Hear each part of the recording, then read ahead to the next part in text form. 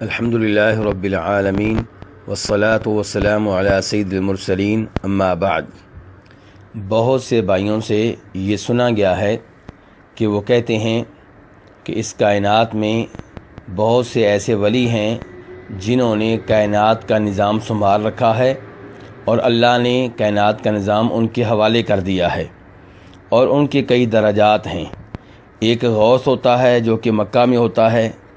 4 اوتاد ہوتے ہیں، 7 کتب ہوتے ہیں، 40 ابدال ہوتے ہیں اور 300 نجیب ہوتے ہیں، اور اس طرح کر کے ان لوگوں نے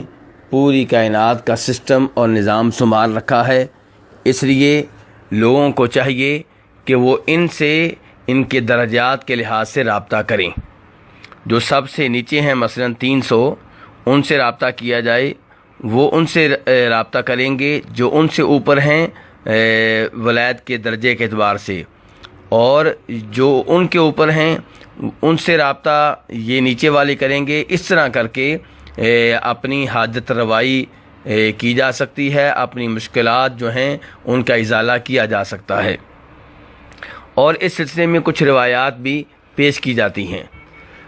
جبکہ ایسی کوئی حدیث نبی علیہ الصلاۃ والسلام سے ثابت نہیں ہے۔ اسی لیے امام ابن قیم رحمہ اللہ اپنی مشہور و معروف کتاب المنار المنیف فی الصحیح والضعیف اس میں فرماتے ہیں کہ ایسی کوئی حدیث نبی علیہ الصلاۃ والسلام سے ثابت نہیں ہے، بلکہ وہ تمام روایات جن میں ابدال، کتب، غوث، نقیب، نجیب، اوتاد وغیرہ کا تذکرہ آتا ہے، یہ ساری کی ساری من گڑت ہیں اور انہیں خود گڑھ کے نبی علیہ الصلاۃ والسلام کی طرف منسوب کر دیا گیا ہے۔ مزید امام ابن قیم فرماتے ہیں کہ ابدال وغیرہ کے تعلق سے جو سب سے بہتر روایت ہے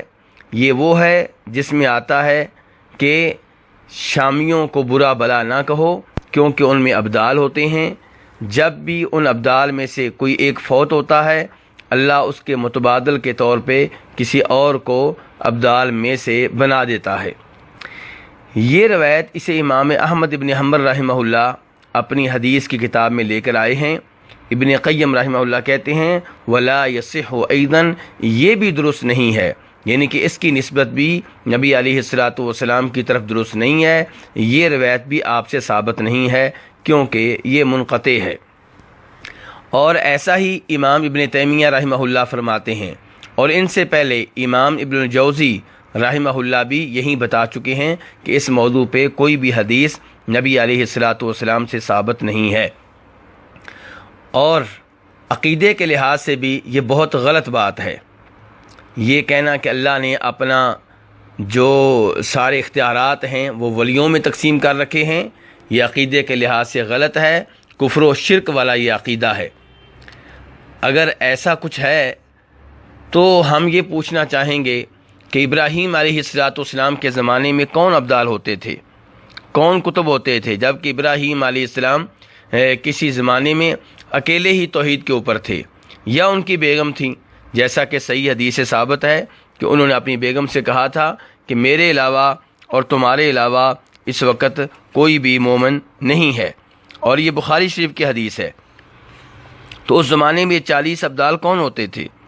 اس زمانے میں 7 کتب کون ہوتے تھے؟ تو اس سے پتہ چلا کہ بات غلط ہے۔ اور ایسے ہی نبی علیہ الصلاۃ والسلام جب نبی مقرر ہوئے، آپ نے توحید کا اعلان کیا تو شروع میں آپ کے ساتھ 2-3 آدمی تھے، پھر جب آپ آگے بڑھے تو ایسا وقت آیا کہ آپ کے ماننے والوں کی تعداد صرف 40 تھی، پھر کہیں 70 کے قریب پہنچی، پھر کسی زمانے میں وہ 300 کم تھے،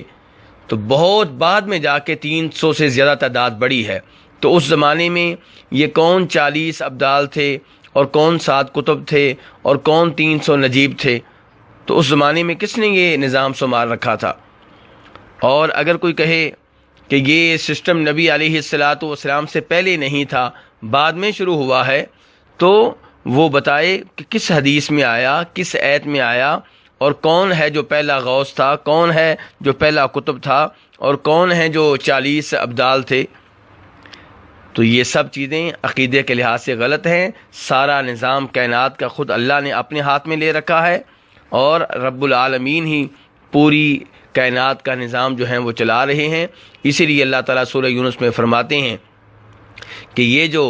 ایک اللہ کو معبود نہیں مانتے، اے نبی علیہ الصلوۃ والسلام آپ ان سے پوچھئے، قل من یرزقکم من السماء والارض ام من یملک السمع والابصار ومن یخرج الحی من المیت ویخرج المیت من الحی ومن یدبر الامر، آپ ان سے پوچھئے رزق کون دیتا ہے، آسمانوں سے، زمین سے، کانوں اور آنکھوں کے اوپر کنٹرول کس کا ہے، ان کا مالک کون ہے، اور موت و حیات کا مالک کون ہے، پوری کائنات کا سسٹم کون ہے۔ اللہ تعالیٰ کہتے ہیں کہ یہ کافر بھی مانیں گے کہ ایک اللہ ہی ہے۔ تو میرے بھائیوں، یہ تو گئے گزرے کافر بھی مانتے تھے کہ پوری کائنات کا سسٹم ایک اللہ چلا رہا ہے، اور آج مسلمان یہ کہیں کہ اللہ نے اپنا نظام جو ہے وہ ولیوں میں تقسیم کر رکھا ہے، تو یہ کتنی غلط بات ہے۔ اللہ تعالیٰ کی صفات اوروں کو دینا یہ شرک ہے۔ اللہ تعالیٰ ہمیں اس شرک سے محفوظ رکھے، اور ایسے نظریات سے خود بھی دور رہنا چاہیے، دوسروں کو بھی دور رکھنے کی ہر ممکن کوشش کرنی چاہیے۔ وصلی اللہ تعالی علی نبینا محمد وآلہ وصحبہ اجمعین۔